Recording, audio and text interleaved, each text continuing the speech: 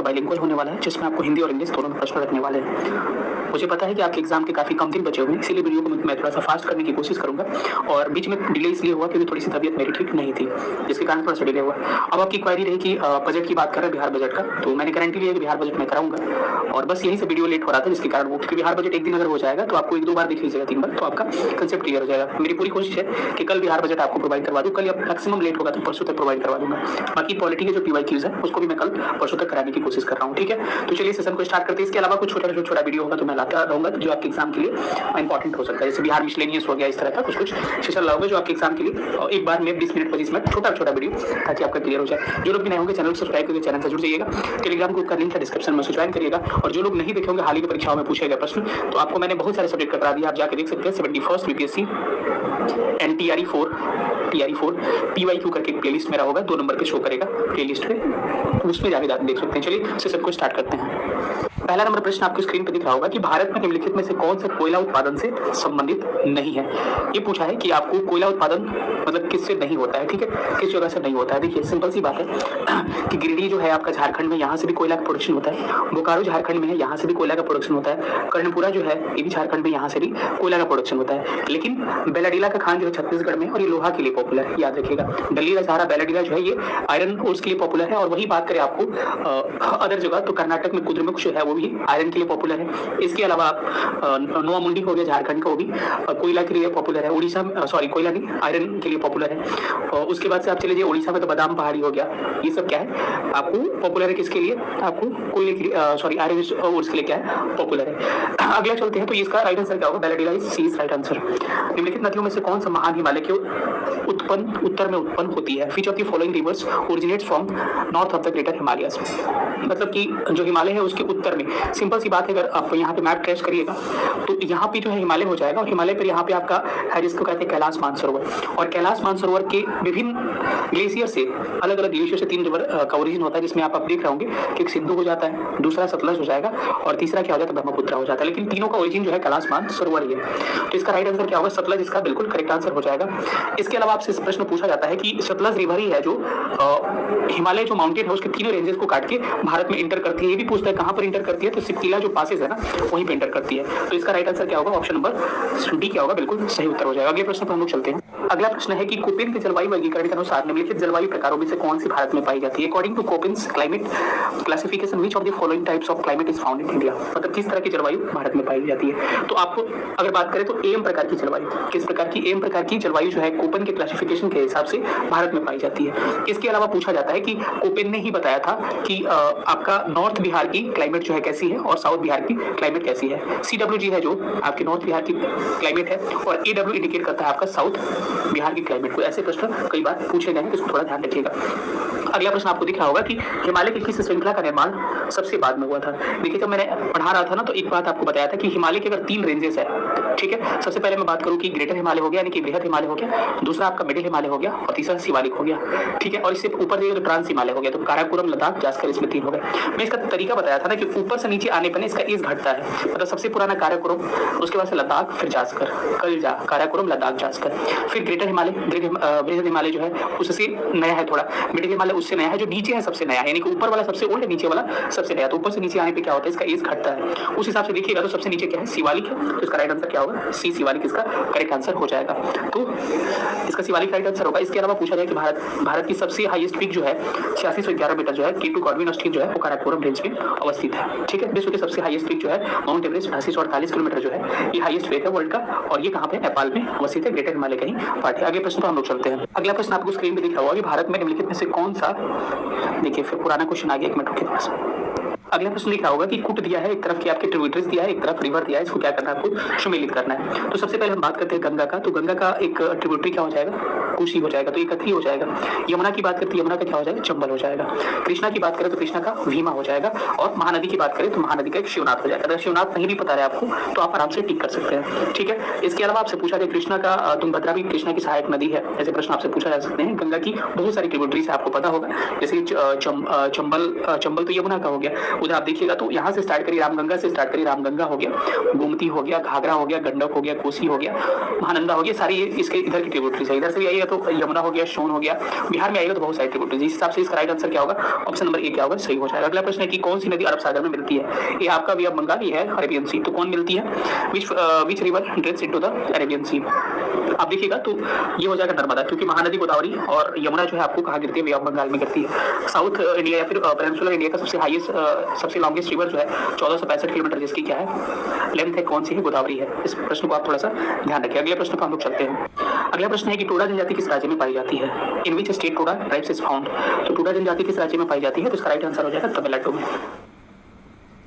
कुछ चीजें हैं जो मैं आपको शेयर करना चाहूंगा। आप लोग भी पूछ रहे हैं कि टीआरई 4 की तैयारी कैसे क्या करें। देखिए, ये टीआरई 3 की केवल टीआरई 4 के लिए 1 to 5 की केवल 3 किताबें हैं। तो देखिए, सबसे पहले मैं बात करना चाहूंगा ये हिंदी और सामान्य हिंदी, अंग्रेजी, एक तरीके से ये क्वालिफाइंग पेपर होता है, ठीक है। तो आप देख सकते हैं, इसमें नॉर्मली आप लोग पढ़ सकते हैं। इंडेक्स में दिखा देता हूँ, देखिए उपसर्ग, प्रत्यय, समास, संधि और ये सारी चीजें चैप्टर वाइज दे रखे हैं। ये बहुत ज्यादा मतलब पतले होते हैं और इनको खत्म करना बहुत आसान है। सब तमिलनाडु में।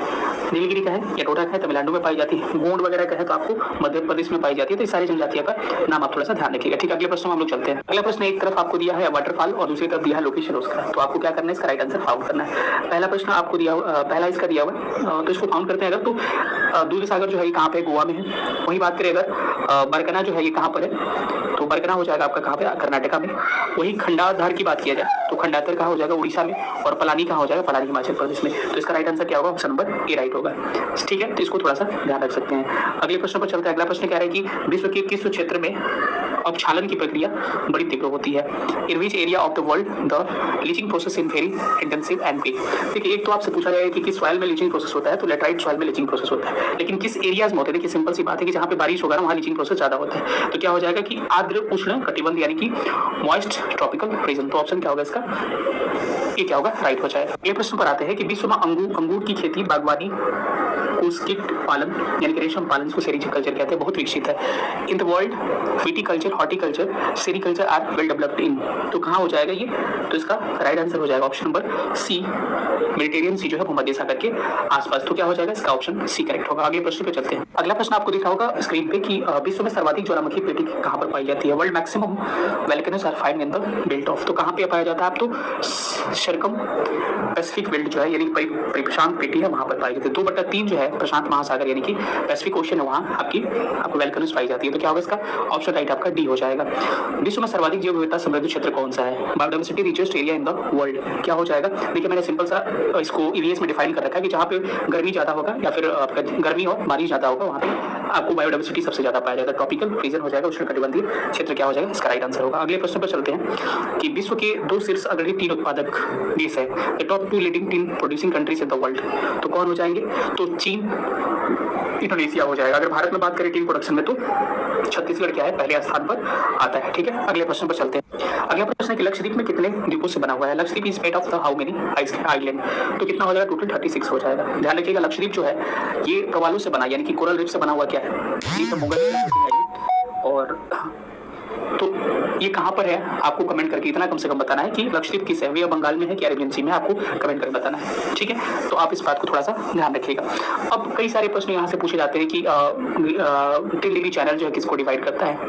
10 डिग्री चैनल किसको डिवाइड करता है? तो लिटिल अंडमान यहाँ पर अगर बना दे हम तो लिटिल अंडमान, ठीक है, और कार निकोबार यानी कि अंडमान को निकोबार से कौन अलग करता है? 10 डिग्री चैनल अलग करता है। तो ये प्रश्न आपसे पूछे जा सकते हैं। इसके अलावा आपसे पूछा है कि मिनिकॉय को मालदीव से कौन अलग करता है? तो 8 डिग्री चैनल जो है मिनिकॉय को मालदीव से अलग करता है। और वही अगर बात करें 9 डिग्री चैनल जो है ये मिनिकॉय से किसको, उसकी जो कैपिटल है कवरत्ती, उससे क्या करता है? अलग करता है। तो मिनिकॉय से लक्षद्वीप, एक मिनट, मिनिकॉय से लक्षद्वीप या फिर कवरत्ती कह सकते हैं, कवरत्ती और मिनिकॉय जो है 9 डिग्री चैनल से और 8 डिग्री चैनल से कौन अलग होता है? आपका मिनिकॉय और आपका मालदीव यहाँ कंट्री है वो अलग होता है। 10 डिग्री चैनल मैंने बताया है कि अंडमान से निकोबार अलग होता है या फिर कह सकते हैं लिटिल अंडमान से कार निकोबार अलग होता है। अगले प्रश्न पे हम लोग चलते हैं। अगला प्रश्न आपको स्क्रीन पे दिख रहा होगा जिसमें कह रहा है कि रांची का पठार एग्जाम्पल है किसका? रांची प्लेटो इज एग्जाम्पल ऑफ, क्या हो जाएगा ये? तो इसका एग्जाम्पल है उत्तीत पेनीप्लेन का यानी कि अपलिफ्टेड पेनीप्लेन का। ऑप्शन क्या होगा? बी करेक्ट हो जाएगा। अगला प्रश्न है कि बिहार किस नदी को बिहार का शोक कहा जाता है? विच रिवर इज कॉल्ड शोर ऑफ बिहार? किसको कहा जाता है? कोशी को कहा जाता है क्योंकि अपने मार्ग परिवर्तन के लिए जानी जाती है। कहाँ गंगा में मिलती है? कुर्सेला कटिहार में गंगा में मिल जाती है। अगला प्रश्न आपको दिख रहा होगा। अगला प्रश्न कह रहा है कि बिहार का निम्नलिखित में से कौन सा जिला नेपाल के साथ, यहाँ थोड़ा सा कट गया, ध्यान रखिएगा, नेपाल के साथ अपनी सीमा साझा नहीं करता है। Which of the following district of Bihar does not shares its boundary with Nepal. तो इसमें जितना डिस्ट्रिक्ट, टोटल 7 जो डिस्ट्रिक्ट है बिहार और नेपाल का सीमा बनाती है। अगर आपको इसको नहीं देखे होंगे तो बिहार स्पेशल का हालिया एग्जाम में पूछेगा PY, वहाँ पे मैंने डिटेल में बताया है, ठीक है। 7 डिस्ट्रिक्ट जो है बिहार नेपाल से सीमा बनाती है, जिसमें कि आपका एक पूर्णिया नहीं बनाती है। तो क्या होगा, ऑप्शन बी इसका करेक्ट आंसर होगा। बिहार राज्य में सबसे बड़ा अभ्यारण्य कौन सा है, तो which century is the largest in the Bihar, तो क्या हो जाएगा, कैमूर हो जाता है, और इसको टाइगर रिजर्व का मान्यता भी मिला है हाल ही में, ठीक है। इसके अलावा भीमबांध जो है मुंगेर में है, वाल्मीकि नगर पश्चिमी चंपारण में, और संजय गांधी उद्यान जो चिड़ियाघर जो है पटना में है, ठीक है। आगे प्रश्न पे चलते हैं हम लोग। सेम क्वेश्चन फिर पूछ दिया, भीमबांध वन्यजीव अभयारण्य कहाँ पे है, तो मैंने कहा मुंगेर में। अगला प्रश्न, बिहार की मुख्य नदी प्रणाली कौन सी है। आपको पता होगा बिहार में बीच में से गंगा रिवर क्रॉस करती है, बाकी सारे इधर से। तो बिहार में बक्सर में गंगा नदी एंटर करती है, तो क्या हो जाएगा, गंगा इसका करेक्ट आंसर होगा। बिहार में इसकी लेंथ जो है कितनी है, 445 किलोमीटर क्या है इसकी लेंथ है, इस बात को ध्यान रखिएगा, ठीक है। If your children struggling in maths, only 6 days, your child will be 5 times better. Enroll course now, just 29 rupees. ठीक है। अगला प्रश्न वही सेम पूछ लिया जो मैंने एक्सप्लेनेशन किया। निम्नलिखित में से किस जिले में गंगा नदी बिहार में प्रवेश करती है। Which of the following districts reverse Ganga enters into Bihar, तो क्या हो जाएगा आपका बक्सर में, तो ऑप्शन क्या होगा इसका डी करेक्ट आंसर हो जाएगा। अगला प्रश्न दिख रहा होगा, कश्मीर के करेवा मैदान निम्नलिखित में से किसके लिए जाने जाते हैं। Karewas in Kashmir valley are known for, तो किसके लिए जाना जाता है कि ब्लू पाइन के लिए लोग जाने जाते हैं, ठीक है। तो क्या हो जाएगा, blue pine is correct answer. मतलब पेड़ों की बात करें, बाकी करेवा में आपको पता ही होगा कि क्या होता है, केसर यानी कि सैफरॉन की खेती की जाती है, ठीक है। खिचन और मीनार रामसर साइट्स जो है निम्नलिखित में से किस भारतीय राज्य से संबंधित है। Khichan and Menar Ramsar wetlands sites pertains to which of the following India, ठीक है। हो जाएगा आपका ये राजस्थान में है, और याद रखिएगा टोटल रामसर साइट इंडिया में टोटल 91 हो चुके हैं, ठीक है, जिसमें बिहार से 3 है। अगले प्रश्न पर आते हैं। अगला प्रश्न कह रहा है कि निम्नलिखित में से कौन सा क्षेत्र जो है मालवा पठार की पूर्वी सीमा को निर्धारित करता है, ठीक है। तो मालवा में ब्लैक सॉइल पाया जाता है, पहले ध्यान रखिएगा, लेकिन इसकी जो ईस्टर्न बाउंड्री है, which of the following regions form to the eastern limit of the Malwa plateau, ये बुंदेलखंड जो है आपका इसके पूर्वी सीमा निर्धारित करती है, ठीक है। ब्राह्मणी नदी का निर्माण किन नदियों के संगम से होता है, कि Brahmani river is form by the influences of किस रिवर से होता है, तो ये कोयल और शंख नदियों से मिलकर ब्राह्मणी नदी बनती है, तो ऑप्शन क्या होगा डी करेक्ट हो जाएगा। अगला प्रश्न है कि निम्नलिखित में से किस स्थान का वार्षिक तापमान सबसे अधिक होता है। Which of the following places has the highest annual range of temperature. वार्षिक तापमान का मतलब कि सालों भर गर्मी और ठंडी का जो डिफरेंस है सबसे ज्यादा दिए गए ऑप्शन के हिसाब से नई दिल्ली इसका करेक्ट आंसर हो जाएगा। जनपाओ पहाड़ियों निम्नलिखित से कौन सी नदी निकलती है। Which of the following rivers is rises from the Janapav hills, तो कौन सी नदी निकलती है, तो चंबल इसका राइट आंसर हो जाएगा। अगले प्रश्न पर आते हैं, थोड़ा बड़ा कर दे इसको। निम्नलिखित में से कौन सा विकल्प जो है, कौन सा विकल्प भारत में खारी और क्षारीय मिट्टियों का प्रतिनिधित्व करती है, यानी कि विच of the following options represents the saline and alkaline soil in India, तो ये क्या हो जाएगा, इसको थूर कहा जाता है, ऑप्शन डी करेक्ट हो जाएगा। अब यहाँ पर आपके पासेस दिए गए हैं और पासेस में आपके मैचिंग करना है कि कौन किधर है, ठीक है। सबसे पहले हम बात करते हैं नीति हो गया, लिपुलेख हो गया, ये सारे पासेस कहाँ पे, उत्तराखंड में, तो ए का 4 हो जाएगा। अगर बी की बात करें, रोहतांग पासेस कहाँ, हिमाचल प्रदेश में है, सिर्फ किला और रोहतांग हिमाचल प्रदेश में है। इलाका पानी पासेस जो है ये कहाँ पर है आपका, ये अरुणाचल प्रदेश में है, और ये खुंजरेब जो है ये लद्दाख में, ऑप्शन क्या होगा इसका ए करेक्ट हो जाएगा। अगला प्रश्न देख रहा होगा कि ऊर्जा उत्पादन के निम्नलिखित में से कौन सा स्रोत भारत पर्यावरण संरक्षण में मदद करता है। Which of the following sources energy generation helps conserve the environment, तो एक से अधिक इसमें हो जाएगा, क्योंकि आपको जो है सौर और बायोगैस तो करता ही है, ठीक। वर्तमान अनुमानों के अनुसार भारत की लगभग 25% आबादी राज्यों द्वारा साझा की जाती है, मतलब कि as the present estimates approximately 25% of the India population is shared by state, मतलब 2 राज्य मिलकर लगभग 25% क्या करती है, पॉपुलेशन को फाउंड करता है, तो क्या हो जाएगा, यूपी और बिहार हो जाएगा, ठीक है। इस बात को ध्यान रखिए। अगला प्रश्न है थोड़ा सा ये कह रहा है कि निम्नलिखित में से मिट्टी और राज्यों का जो है सही जोड़ा को फाउंड करना है यहाँ पर, ठीक है। यानी कि विच of the following pairs of soil and state आज करेक्ट पूछा है ना, तो सबसे पहले बात करें कि काली मिट्टी मेघालय की गलत हो जाएगा। ब्लैक सॉइल जो है सबसे अधिक महाराष्ट्र में, गुजरात, कर्नाटक ये क्षेत्रों में पाई जाती है, ठीक है। दूसरा लेटराइट सॉइल जो है ये पश्चिमी घाट की तरफ आपके केरल में सबसे अधिक पाई जाती है, यहाँ पर गोवा, ये क्या हो जाएगा, यही सही होगा क्योंकि केरल के पास गोवा है, गेस करके ही सही किया जा सकता था प्रश्न। शुष्क मिट्टी यानी कि एराइट सॉइल जो होगा ये गुजरात में कभी नहीं होगा, राजस्थान के आसपास हो सकता है, ये भी इनकरेक्ट हो जाएगा, तो ऑप्शन इसका क्या होगा, बी करेक्ट हो जाएगा। अगला प्रश्न दिया हुआ है कि भारत की प्रायद्वीपीय नदियों को उनमें बेसिन क्षेत्र वर्ग किलोमीटर के संदर्भ में घटते हुए क्रम के अनुसार बताना है। Arrange the following the peninsular rivers of India decreasing order in the terms of the their area square meter, इसको घटते हुए क्रम में बताना है, ठीक है। यानी कि सबसे बड़ा आपको पहले लेना, देखिए गोदावरी हो जाएगा सबसे 1 नंबर पे 1465 किलोमीटर हो जाएगा, ठीक है। उसके बाद दूसरे स्थान पे कृष्णा हो जाएगा लगभग 1400 या कहीं 1401 भी लिखता है, ठीक है, तो कृष्णा हो जाएगा दूसरे स्थान पे, ठीक है। उसके बाद से तीसरे स्थान पे क्या हो जाएगा, ये आपका चैलेंजिंग और महानदी हो जाएगा, कहीं 858 लिखता है, कहीं 901 लिखता है, महानदी हो जाएगा, और जो बच गया नर्मदा जो है 1312 किलोमीटर ये हो जाएगा। उस हिसाब से आप देखिए तो ऑप्शन क्या होगा, 2, 4, 3 यानी कि बी करेक्ट हो जाएगा। ठीक है, अगले प्रश्न हम लोग चलते हैं। अगला प्रश्न है कि भारत के बॉक्साइट भंडार मुख्य रूप से पाया जाता है। India's bauxite deposit are mainly found in, तो ऑप्शन के हिसाब से आप देखिएगा तो बॉक्साइट तो देखिएगा तो उड़ीसा में भी अच्छे खासे पाया जाता है, लेकिन यहाँ बैलाडिला का खान उसके हिसाब से आपको छत्तीसगढ़ वाला करेक्ट आंसर हो जाएगा। वार्षिक तापांतर की अधिकतम सीमा दर्ज की जाती है किस स्थान पे? यह जोधपुर हो जाएगा। किताब place recording A greater annual range of temperature is, क्या हो जाएगा? Jodhpur is correct answer. अगला प्रश्न दिया है कि प्रायद्वीपीय भारत की निम्नलिखित चोटियों को उत्तर से दक्षिण के क्रम में सजाना है। Arrange the following peaks of the peninsular India from north to south. सबसे पहले जानिएगा कि दक्षिण भारत की सबसे ऊंची चोटी का नाम है अनाई, जिसकी लेंथ हाइट जो है 2695 मीटर है। नीलगिरी की हाईएस्ट पीक हो जाता है डोडा बेटा, 2637 मीटर उसकी हाइट। ठीक है, वही अगर बात करें ईस्टर्न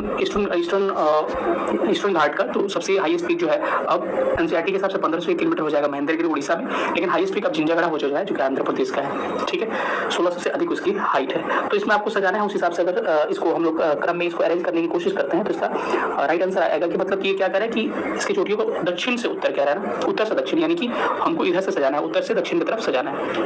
तो इसमें देखिएगा तो सबसे पहले गुरु शिखर राजस्थान में आ जाएगा, 4 नंबर हो जाएगा। उसके बाद से धूपगढ़ फिर नीचे हो जाएगा, उसके धूपगढ़ हो जाएगा, क्योंकि बिंदु के नीचे आइएगा तो आपको आया सतपुड़ा है जिसमें धूपगढ़ हो जाएगा हाईएस्ट पीक उसकी।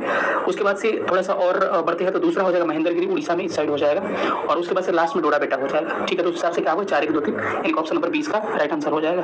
अगले प्रश्न पर चलते हैं। अगला प्रश्न क्या कह रहा है कि निम्नलिखित में से कौन सा वन्यजीव अभयारण्य भारत में सबसे पूर्वी है? ठीक है, which of the following wild life sanctuary is the eastern in India? तो क्या हो जाएगा इसका राइट आंसर? क्या होगा? काजीरंगा हो जाएगा। ठीक है, तो राइट आंसर क्या होगा? काजीरंगा हो जाएगा, जो कि एक सीट में बने गंडे के लिए क्या है पॉपुलर है। अगले प्रश्न पे आते हैं। अगला प्रश्न पासेस से खूब प्रश्न पूछा है मैंने। ज्योग्राफी जो कराया है पीवाईक्यू बीपीएससी का टोटल, उसमें पासेस मैंने डिटेल में पढ़ाया है। ठीक है, तो कह रहा है सुमेलित कौन है? सिपकिला हिमाचल प्रदेश में हो जाएगा, सही है। बड़ा लाचला भी हिमाचल प्रदेश में हो, चांगला लद्दाख में भी सही है। इसके बाद लिपुलेख उत्तराखंड में भी सही है। ये लखापानी जो है ना, ये जम्मू कश्मीर बना होकर अरुणाचल प्रदेश में है। ठीक है, तो क्या हो जाएगा? ऑप्शन इसका डी करेक्ट हो जाएगा। निम्नलिखित में से चाय की कौन सी किस्म भारत में उगाई जाती है? Which of the following varieties of T is grown in India? तो ऑप्शन आंसर के हिसाब से असेनिका लिया है, मतलब कि थोड़ा सा इसका डी ही ऑप्शन लिया है आयोग, तो डी इसका करेक्ट आंसर होगा। वेदांता एल्युमिनियम लिमिटेड जो है स्थित है कहाँ पर? तो इसका राइट आंसर होगा वेदांता एल्युमिनियम लिमिटेड से लोकेटेड है द, क्या हो जाएगा? लांजीगढ़ में हो जाएगा।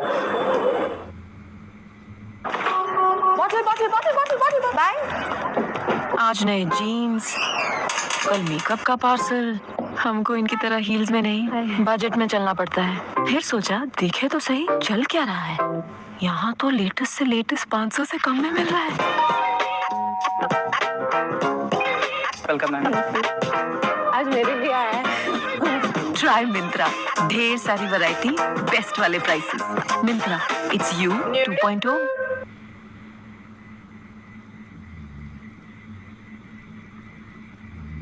I am delighted to welcome Azim Azhar, one of the world's most influential thinkers on the impact of technology on humanity. Azim is the founder of the Exponential View newsletter and podcast, and author of the acclaimed book, The Exponential Age, which explores how emerging technologies are radically shaping our world. He is a visiting fellow at the Oxford Martin School, an executive fellow at Harvard Business School, and is co-chair on the Global Future Council on Complex Risks at the World Economic Forum. Azim operates at the very edge of trends, engaging with leading thinkers, renowned innovators, and frontier labs across the globe. Today, he will be sharing his insights into how AI is rewiring business and why the time to act is now. Azim, over to you. Well, thank you, Catherine. AI has been dominating the headlines for the past 2 or 3 years. But what's real? What isn't real? And in a nutshell, why is the time to act now? Well, something profound is going to happen this summer. AI systems will start to create more words in human natural languages, in English, in French, in Mandarin, each month than humans do. AI is writing to us, writing to each other, writing to more AI systems. They will produce more words than we will. The blue line represents the human production of words, and the red line is AI production of words. And these lines will cross very shortly. Now, AI is a general purpose technology. That means it can be a technology that can be used across any industry, in any job function. It's a technology that over time will fundamentally transform the way business works, the way the economy works, and the way we relate to each other. I'm Azim Azhar, and over the last 30 years, I've been working in breakthrough technologies and studying these general purpose ones. Today, I'm an investor in AI companies, and I'm an author and analyst behind Exponential View, the leading newsletter on the impact of AI on our economies. Now, over the next 20 minutes, I'm going to explain why you need to get moving, why you need to be ambitious, bold, and disruptive, and what you need to do to get going. In order to do that, let's go back for some history. Lanjigarh कहाँ है? उड़ीसा में स्थित है। इसके अलावा आपका नालको, बालको, हिंडालको सारे क्या हो जाते हैं? एल्युमिनियम की कंपनी है। ठीक है, ध्यान रखिएगा। अगला प्रश्न आपको वाटरवेज के बारे में पूछा गया। चलिए इसको हम लोग देख लेते हैं थोड़ा सा। कह रहे कि राष्ट्रीय जलमार्ग 2 मतलब कि नेशनल वाटरवेज 2 जो है किसको अटैच करता है? तो इसमें सदिया से धुबरी को अटैच करता है ब्रह्मपुत्रा में। हल्दिया से इलाहाबाद जो है आपका वाटरवेज 1 कनेक्ट करता है। ठीक है, और ये इसको ध्यान रखिएगा। और ये पूछा जाता है हुगली में हो जाएगा आपको, गंगा भागीरथी हुगली में ये है आपका। अगर लेंथ भी कभी पूछा जाए ना तो पहले वाले का 1620 है, दूसरे वाले का ध्यान रखिएगा 891 है सदिया से धुबरी का। और ये तीसरा जो होता है कोलम और कोटापुरम जो हो जाता है, ये तीसरा हो जाता है केरल में उसके लिए। ठीक है, और इसकी लेंथ की बात करें 205 किलोमीटर इसकी लेंथ हो जाती है। तो ऑप्शन इसका क्या होगा? बी राइट आंसर हो जाएगा। अगला प्रश्न है कि भारत की निम्नलिखित जनजातियों में से कौन सी ग्रीन तीव्र ह्रास का सामना कर रही है? Which of the following tribes in India facing the intense population? तो कौन सामना कर रही है? तो इसका हो जाएगा जारवा, करेक्ट आंसर हो जाएगा। अगला प्रश्न दिख रहा होगा निम्नलिखित में से कौन सी पहाड़ियां पूर्वी हिमालय से संबंधित नहीं है? Which of the following hills are not related with the eastern Himalaya? तो इसमें देखिए डफला पहाड़ी जो है अरुणाचल प्रदेश में, डफला, मेरी, अबोर जो है सब अरुणाचल प्रदेश में हो जाता है। मेरी भी हो जाएगा, अबोर भी हो जाएगा, लेकिन गरजात की पहाड़ियां जो है ये कहा है? ऑप्शन ए क्या होगा? नहीं होगा। गरजात की पहाड़ियां उड़ीसा में हो जाता है, ध्यान रखिएगा। थोड़ा सा झारखंड में भी है लेकिन उड़ीसा ध्यान रखिएगा। अगला प्रश्न है कि कर्नाटक में बवंडर से होने वाली वर्षा को किस नाम से जाना जाता है? कि rains causes with thunderstorm in Karnataka are called. देखिए कर्नाटका में जो होती है बारिश उसको हम लोग चेरी ब्लाजम के नाम से जानते हैं, और केरल में इसको आम्र वर्षा यानी कि मैंगो शावर के नाम से जानते हैं। ठीक है, कर्नाटका में कॉफी शावर भी कहा जाता है। इसके अलावा असम में इसको टी शावर कहा जाता है। वही अगर देखिएगा वेस्ट बंगाल में काल बैसाखी के नाम से जाना जाता है। ये सारा थोड़ा सा नाम ध्यान रखिएगा। तो ऑप्शन क्या होगा? इसका एक करेक्ट आंसर हो जाएगा। अगले प्रश्न पर चलते हैं कि उष्णकटिबंधीय वानिकी अनुसंधान संस्थान कहाँ अवस्थित है? The tropical forest research institute is located at कहाँ पे? जबलपुर में। ऑप्शन क्या होगा? सी करेक्ट हो जाएगा। अगला प्रश्न स्क्रीन पे दिख रहा होगा कि निम्नलिखित में से भारत के किस जिला को झींगा मछली की राजधानी के तौर पे जाना जाता है? Which of the following district is India known as the shrimps capital? मतलब झींगा जहाँ पे ज्यादा होगा तो क्या हो जाएगा? नेल्लोर इसका करेक्ट आंसर हो जाएगा। अगला प्रश्न है कि खासी पहाड़ियों के दक्षिणी किनारे पर स्थित चेरापूंजी, ठीक है, जिसमें अधिकांश वर्षा किसके कारण होती है? Cherrapunji on the southern margin of Khasi hills receives most of the rainfalls. मतलब कहाँ से होती है? ठीक है, किस चीज से होती है? तो ध्यान रखिएगा पर्वतरोध और पर्वतरोध प्रभाव से, यानी कि कोरोग्राफिक क्या हो जाएगा? इफेक्ट से। ऑप्शन डी होगा। सबसे अधिक वर्षा अभी कहाँ होती है? मौसिनराम है जो मेघालय में सबसे अधिक रेनफॉल वहीं पे दर्ज किया जाता है। अगला प्रश्न है कि 2011 के जनगणना के अनुसार भारत का बाल लिंगानुपात यानी कि शिशु लिंगानुपात कितना है? As per 2011 census what is the state of India sex ratio? कितना है? 919 हो जाएगा। और ऐसे जनरली कितना है भारत का सेक्स रेशियो? अगर पूछा जाए जनरली कितना है तो 943 है। अगर बिहार के सेक्स रेशियो की बात की जाए तो बिहार का सेक्स रेशियो जो 918 है, लेकिन चाइल्ड सेक्स रेशियो कितना हो जाता है? 935 हो जाता है। इस बात को ध्यान रखिएगा। ठीक है, ये प्रश्न पूछे जा सकते हैं। अगला प्रश्न आपको ग्रासलैंड से दिया गया है। निम्नलिखित से कौन सा सम्मिलित नहीं है? Which of the following is not correctly matched? Compose Brazil में है, सही है। ग्राक चाको जो है उत्तरी अर्जेंटीना है, ये भी सही है। लानोस वेनेजुएला में, ये भी सही है। लेकिन विल्ड जो है अफ्रीका में है, तो ये क्या हो जाएगा? इनकरेक्ट हो जाएगा। निम्न में से कौन सा कथन सही नहीं है? इसमें बात करें तो आपको कह रहे हैं कि भूमध्य रेखा अफ्रीका को 2 बराबर भागों में बांटती है। क्योंकि divides Africa into 2 equal parts. सही है आपका। टंगानिका झील अफ्रीका की सबसे बड़ी झील है, विक्टोरिया है, टंगानिका नहीं है। ठीक है, ये इनकरेक्ट हो जाएगा। पेटागोनिया बहुत कम वनस्पति के साथ ठंडा रेगिस्तान है, बिल्कुल सही। Patagonia is the cold desert with very little vegetation. ठीक है, माउंट ब्लैंक आल्प्स पर्वत की सबसे ऊंची चोटी है। Mount blank is the highest peak of the Alps. सही है, तो इसमें क्या होगा? बी इनकरेक्ट हो जाएगा। अगले प्रश्न पर आते हैं। अगला प्रश्न कह रहा है कि इसमें यहाँ पर ट्राइब्स दिया है और एक तरफ देश दिया हुआ है। तो इस हिसाब से देखा जाए तो सबसे पहले यहाँ पर चीन का हो जाएगा आपका, ये ए का हो जाएगा आपका 1। एक मिनट थोड़ा सा देखते हैं। अर्जेंटीना का क्या हो जाएगा? अर्जेंटीना का यहाँ पर आपका 1 का हो जाएगा बी, टोबा। ठीक है, अगर वही बात करें 2 का, बांग्लादेश का क्या हो जाएगा? बांग्लादेश का आपका हो जाएगा चकमा। ठीक है, अगर वही बात करें तीसरा न्यूजीलैंड का, तो न्यूजीलैंड का आपका हो जाएगा आपका माओरी। और म्यांमार का क्या हो जाएगा? म्यांमार का हो जाएगा आपका 4 का 6। तो इस हिसाब से ऑप्शन नंबर इसका सी करेक्ट होने वाला है। ठीक है, अगला प्रश्न आपको दिख रहा होगा जिसमें कह रहा है कि निम्नलिखित में से कौन सा कथन सही नहीं है? इस स्टूडेंट ने दे रखा है which of the following statement is not correct? कौन सही नहीं है कह रहा है? तो सबसे ज्यादा देखा जाता है मलक्का जो संदेश में मलेशिया सुमात्रा के बीच स्थित है। State of Malacca lies between Malaysia and Sumatra, ये भी सही है आपका। ये सुमेलित नहीं है पूछा। सुंडा जल डमरू मध्य जो है जावा और सुमात्रा के बीच में, ये भी सही है। मक्का सागर जल डमरू मध्य बोर्निया और न्यूजीलैंड में, ये क्या हो जाएगा, गलत हो जाएगा। तो सी क्या इनकरेक्ट होगा। बाकी मेसिना जल डमरू मध्य इटली और सिसिली के बीच में भी सही है। अगले प्रश्न पर चलते हैं। तो अगला प्रश्न कह रहा है कि यहाँ पर जो जाति दे रखा है और इसको सुमेलित करना है। उस हिसाब से अगर देखा जाए तो सबसे पहले वन का हो जाएगा आपका थाईलैंड में क्या हो जाएगा, थाईलैंड में आपका कमलाई हो जाएगा।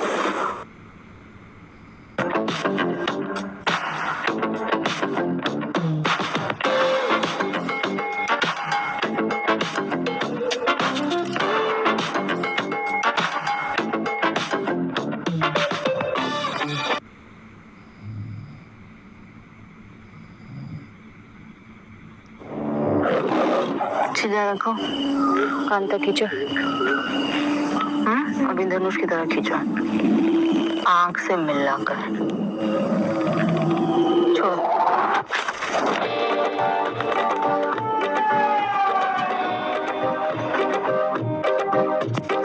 दो पिस्तौल यहाँ तान दो, एकदम हैंड छाप।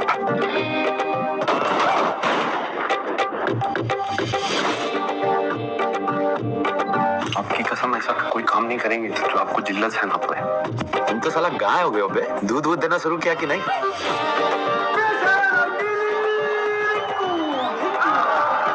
हमारे जैक फ्रूट पे वेलकम लिखा है, जो पीछे पीछे घूमते रहते हो। क्या लिखा है पता नहीं हमको। चाहिए क्या तुमको? आप चाहिए? उनको संभाल नहीं पाओगे तुम। आपके बारे में जब हम अकेले में सोचते हैं ना तो हमारा हार्मोन जो है हारमोनियम बजाता है अंग प्रत्यंग। धमकाने आया था, चमका दिया उसको। हम सोच रहे थे खुद का गैंग बनाएंगे, बबलू निशांची रंगीली रिंकू और डब्लू। बिजन कबूतर भैया उड़न भलाई, घड़ा छाप तंबाकू का डिब्बा बनके चुपचाप एक्सीलेटर दबाइए। तंबाकू का डिब्बा कैसे बना जाता है? वैसे हम भी सोच रहे थे। भैया बिजन कबूतर भैया बिजन कबूतर भैया। ये सब नहीं हो पाएगा हमसे। बबलू डब्लू हमारे लौंडे हैं, जबरदस्त भाई था हमारे पास दोनों को पालने के लिए छोड़ गया था। तुमको देख के तुम्हारे बाबूजी याद आता है। वो भी तुम्हारी तरह दिमाग से सन्नाटा थे, जो अंबिका को अपना दोस्त समझते थे। वो लौंडा तो आपका साला एकदम क्रांतिकारी बना हुआ है। को पूरा मोहल्ला खाली करवाना है। चाहे जो हो जाए, जमीन हम नहीं देंगे।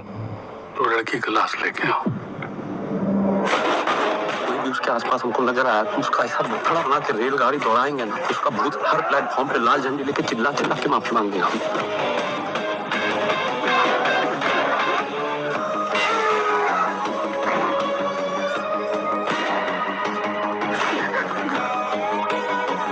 तुम लोग 3 हो चाहे 30, हमारा कुछ नहीं बिगाड़ सकते।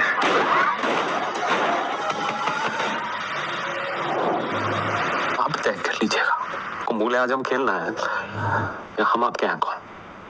पिक्चर दोनों ब्लॉकबस्टर थी।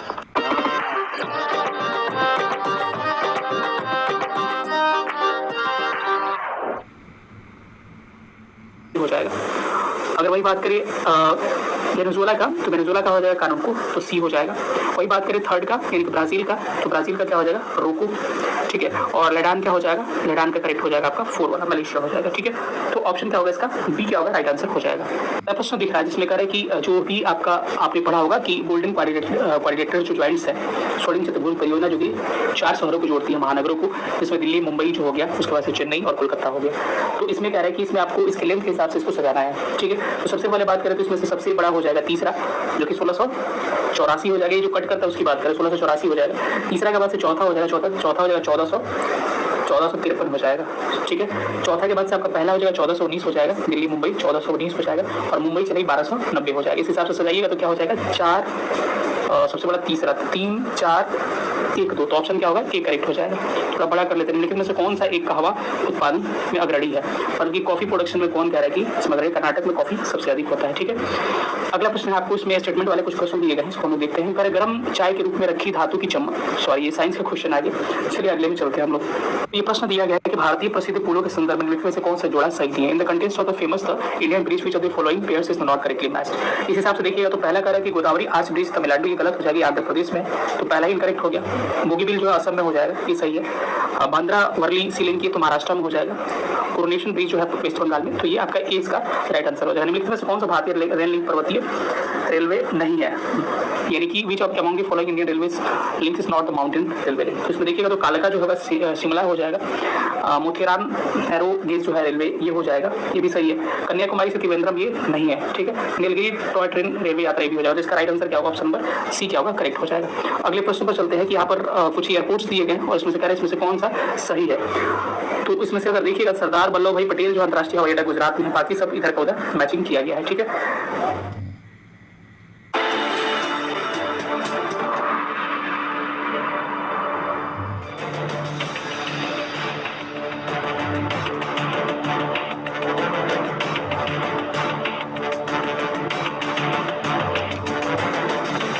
Nirmala ji, thank you so much for giving us this exclusive interview, one of your first to any media outlet. This is after this monumental, historic decision of GST rationalization. In many ways, GST 2, the second coming, there has been a lot of talk in the past. Let me begin with a broader question. From the Prime Minister's vision of making life easy for the common man, of, reducing the burden on the common man, you did it in your budget last time by cutting the income tax rate, a bonanza for the middle class. What was the vision behind this? What did the Prime Minister tell you? How did it come about? Thank you very much for giving me this opportunity to interact soon after this major reform measure has been approved by the council, and I thank every one of the ministers who've attended the meeting, the states, the finance ministers, and supported it. Otherwise it wouldn't have come to see the light of the day. Well, the Prime Minister did announce it from the red, but even about 8 months ago he called me once and had a long talk about how GST can be, revamped, looked at, and only from one point of view. He said, look, both from the point of view of the process and also for the common man, the tax rates, is there a way in which we can make it simpler? So I had agreed that I will go into it and come back to him. Then around the budget, when we were talking about many, tax-related issues, he reminded me about the work which has got to be done. And I assured him again that time that yes, the work is progressing and I'll come back to him. So sometime after the budget session was over of the Parliament, I said I'm somewhere close to giving him a proposal, which he can guide me further and so on. And then a bit later, much later, because the developments of May, April, when Operation Sindoor had happened, and after April priorities have been on very many different grounds, and when next opportunity came, I went, gave him a detailed description. Is that I just want, as I said at the first meeting, the simplistic or simplified, not simplistic, simplified way of doing business. So I don't want small people, small businesses sitting at the computer, getting the auditor to do it. And also, like the way we did in the budget, respecting the middle class, respecting the taxpayer, respecting people who are really the ones out of their salaries giving the tax. We need to do something for the day-to-day indirect tax, which falls on every Indian citizen in some way or the other. So this tax is something which touches the lives of every citizen, and therefore we need to be a lot more sensitive. So I went back with this comment, redid it, sharp focused it, and that's how this proposal came. And we, for the first time in GST's history, Council's history, the centre has come up with a proposal. Till now it used to be the group of ministers which consisted only of state ministers. Never has the centre been a part of any GOM. This is the first time, both in the case of the compensation cess by the MOS Finance, central government, was the chair to decide how to handle the closure of the compensation cess, and a comprehensive proposal as regards GST being given by the central government. So it's unique in very many ways. Every rule of the House, of the Council, had to be looked at afresh, even to put the proposal. So I'm glad it went through the whole grind, didn't ignore any rule or expectation or the law of the GST, and it's gone through. And taking everyone along, unanimously. That's right.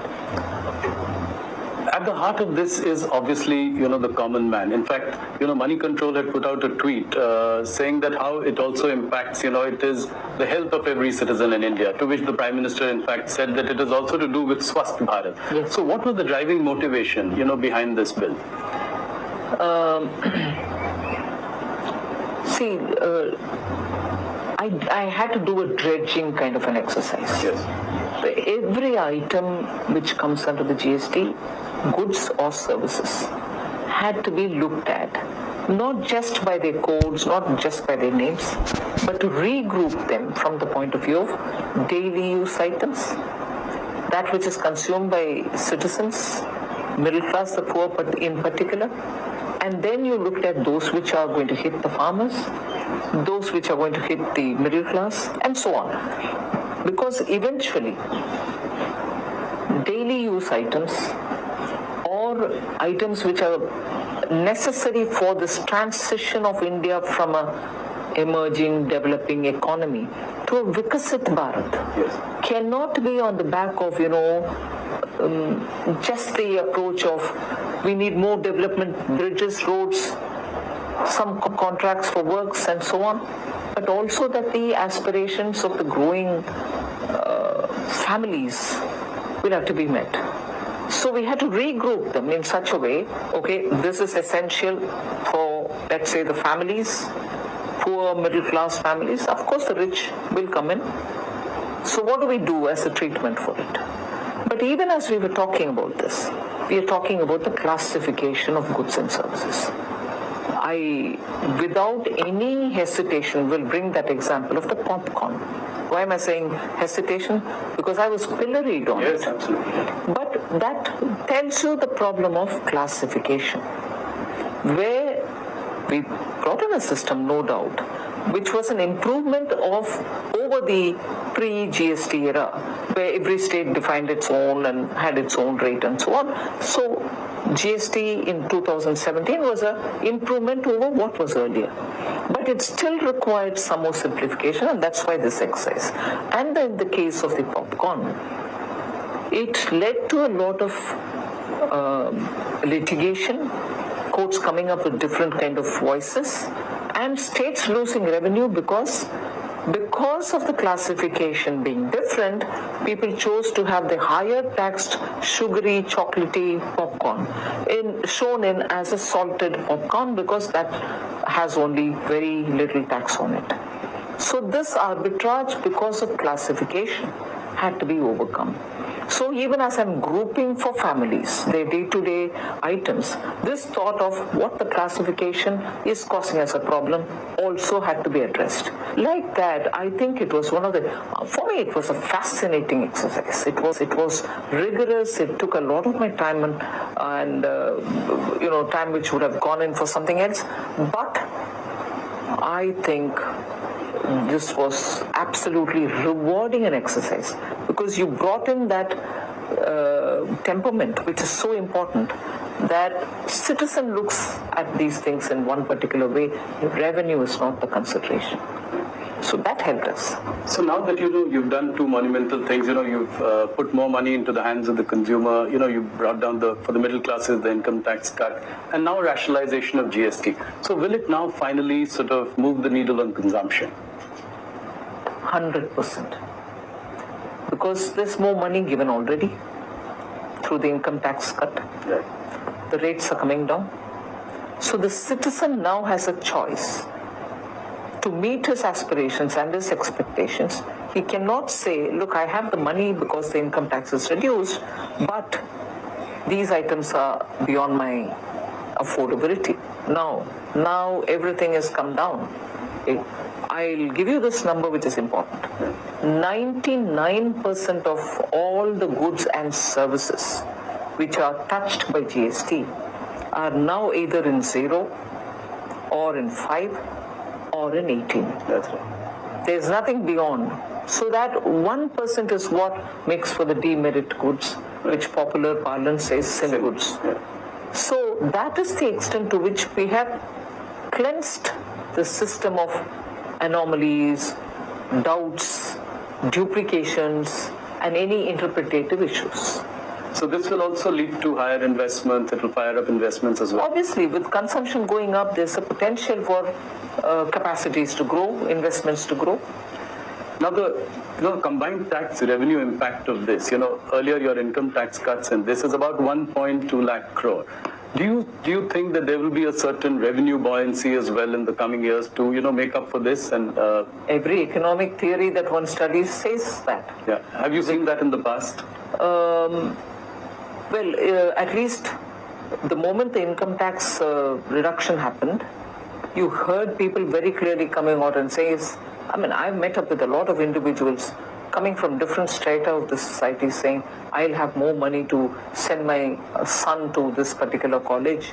My daughter is already doing engineering. I'll be able to fund her for her higher studies and things like that. And from ordinary citizens who are leading their lives either working in a small store or driving a car, taxi, and so on. So it has an immediate psychological effect that I can do this, which was beyond my affordability. And therefore, I think there will be a buoyancy in terms of revenue. Any impact on capital spending or fiscal deficit? I wouldn't think. At this moment, I can say with confidence, capital expenditure of the government will not come down. It will be completed as is stated in the budgetary planning time, the budget estimate time. And so with the fiscal deficit. And this is the last point of my gliding path. I will adhere to it. Will petroleum products and alcohol continue to be outside the ambit of GST? Yes, the current proposal doesn't include it. The states will have And you don't see that happening in the near future? Not in the immediate future. Okay. Let's move, to a few broader economic questions as well. With GST rationalization, inflation is likely to come down quite naturally. Does it make a case for further repo rate cuts in the future? I know it's not your, but generally, directionally speaking. Not my domain. We'll have to see how the RBI assesses for itself. September 22nd is a tight deadline. Are you confident you'll be able to roll this? Is the back end ready? Yes, the back end was mentally prepared, and many structural things have already started getting corrected, reset, and so on. It is with the agreement of these GSTN related technology managing team related issues that we have had a discussion with them, and they have clearly given me the confidence that yes, they will be rolling it out on September 22nd. So Rahul Gandhi, who earlier called it Gabbar Singh tax, now has been talking about one nation, one tax. On the other hand, former Finance Minister P. Chidambaram, he said that, it is 8 years too late. How do you react to all of this? Well, being in the opposition, I think they have to say something. When the popular response has been so overwhelming, for an opposition to try to take some credit out of it, but yet with a hesitation that the credit should not be completely given to the government is quite understandable. But I would want them to ponder that neither could they bring it in because they couldn't win the confidence of the states, nor could they truly and literally understand how the mechanism works.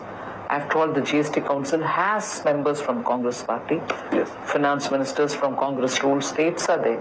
But I have a feeling the Congress High Command, as they call it, doesn't do its homework to understand the way in which this wonderful organization works, the GST Council. And therefore, at one point in time, they call it Gabbar Singh tax, another point in time saying, oh, this is fine, but it should have come earlier. These are clearly statements coming from people who have not really spent time to understand how post-independence, that one institution which has been created, a constitutional body, if I'm right, this is the only one which has been created post-independence. Yes. He's spent 8 years, but has delivered so much in terms of revenue, in terms of uniting this country, in terms of making ease of doing business a reality, and is now coming up quickly in succession within 8 years with the second generation reforms.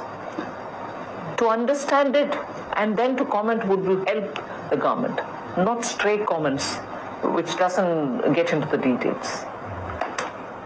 Nirmala ji, this has been widely hailed as one of the dramatic reforms of this government.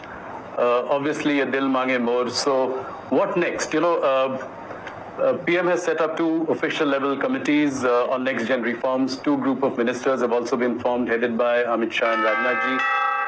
What can we expect in the coming months? What is the idea going forward? How do you look at reforms in the bigger picture?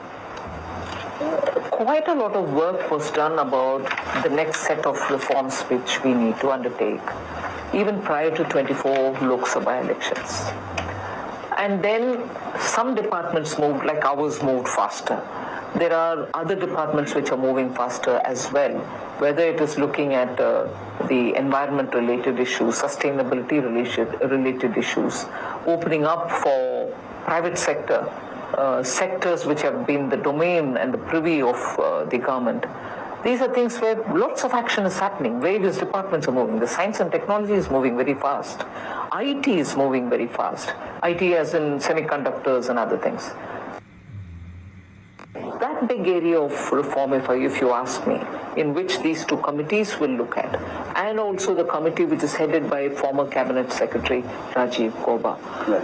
I expect reforms which will have to now trickle down rather than remaining as a domain of only the union government. The state governments are somewhat also moving towards reforming on very many scales.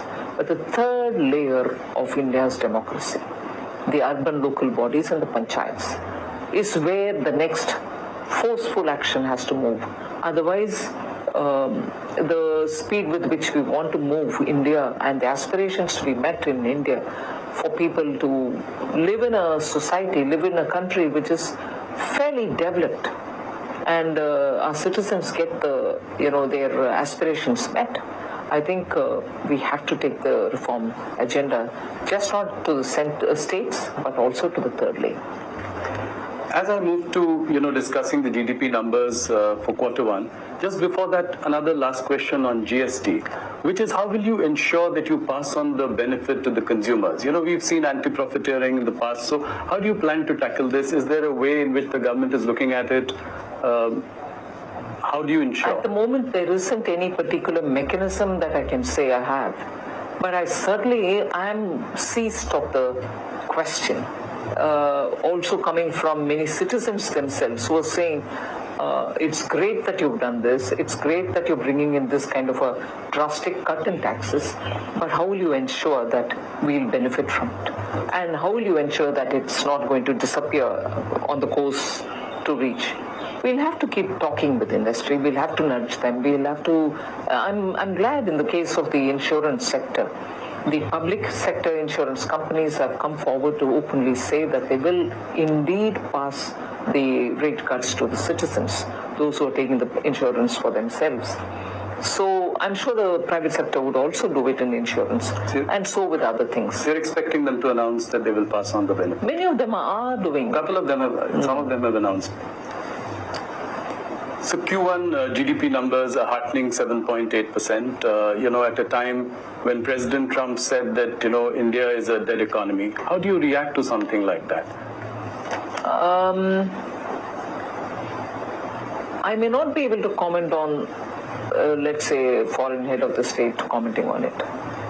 But in India, one line which I keep repeating several times, probably even once when I met you once earlier when we chatted like this, it is the cynics within India who worry me. It is the naysayers within India who worry me. Assume somebody had said it, a head of state has said it. Building India together, and all of us together building India, are we going to carry those tales or stories or observations which somebody else says and then repeat that here, oh, you know, so and so said this, India's a red economy, we knew it, this is happening, that's happening. India requires its citizens to be respected. They are toiling and struggling and working to build their families and their economies, their own personal family wealth and whatever. At this time when we are trying to create more opportunities, do we need the naysayers to even borrow such observations, be it as it may that it is coming from a head of state? Do we need our own people to use these expressions? It is undermining not the government, you are undermining our citizens' efforts. And a responsible opposition, I wished didn't repeat these lines, but I think it is, I would react only to what our people are saying rather than a head of state elsewhere.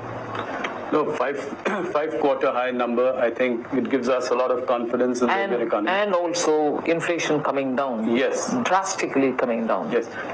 But it brings us to a related point, which is on the point of tariffs. Now that you know tariffs with the US are at 50%, what is the likely impact on the GDP going forward? There are various estimates by various sort of consultancies, you know, from 10 basis points all the way to 100 basis points, some have predicted. Where do you see the impact really of this? But with the reform like this, many of that should be offset. Yes. You know? So it is never a situation of one fixated point. It's a dynamic situation where you're moving from one to another with newer players coming in, newer factors coming into play in this scheme of things. This one, you have the GST reforms, which is going to make people understand that they can fetch more things with the same amount of money with which they bought some amount earlier. So it is very clear that industries have been speaking about the tariff and its impact. The government has designed something for itself.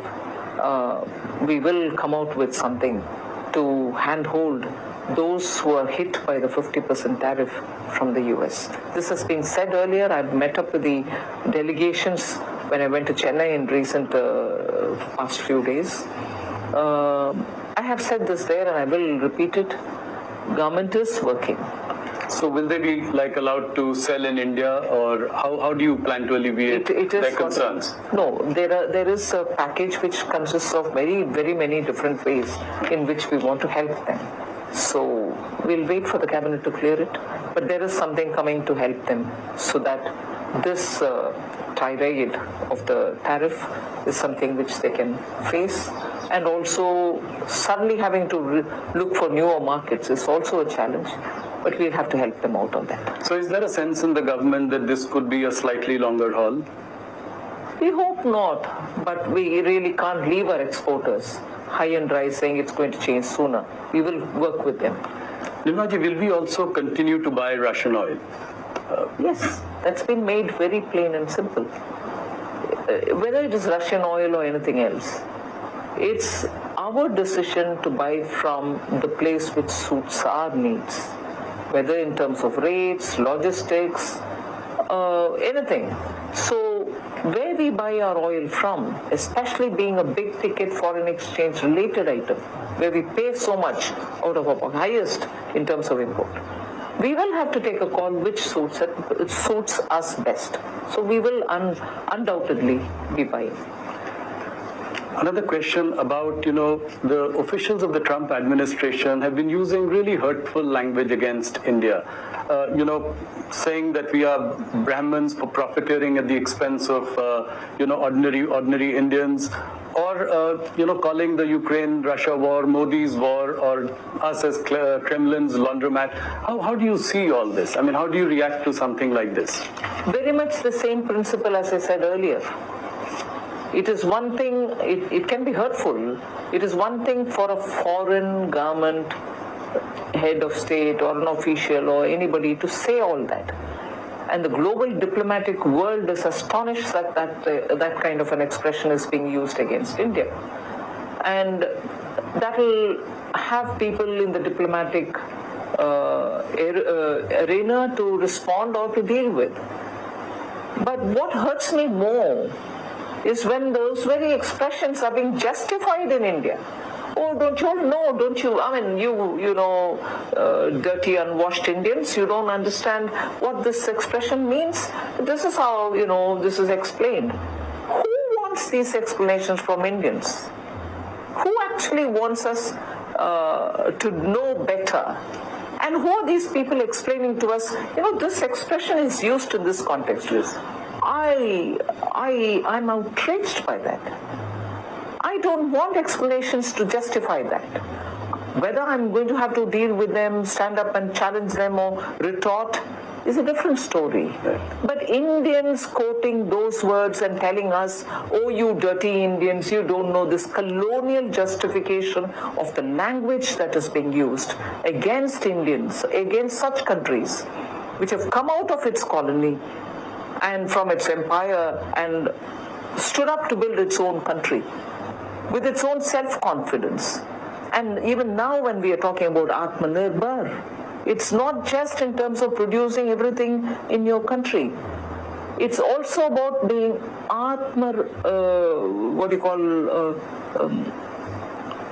self-reliant. There is no self-respect. Self-respect. As much as you want everything produced in India for Atmanirbharta, you should have something of a self-respect.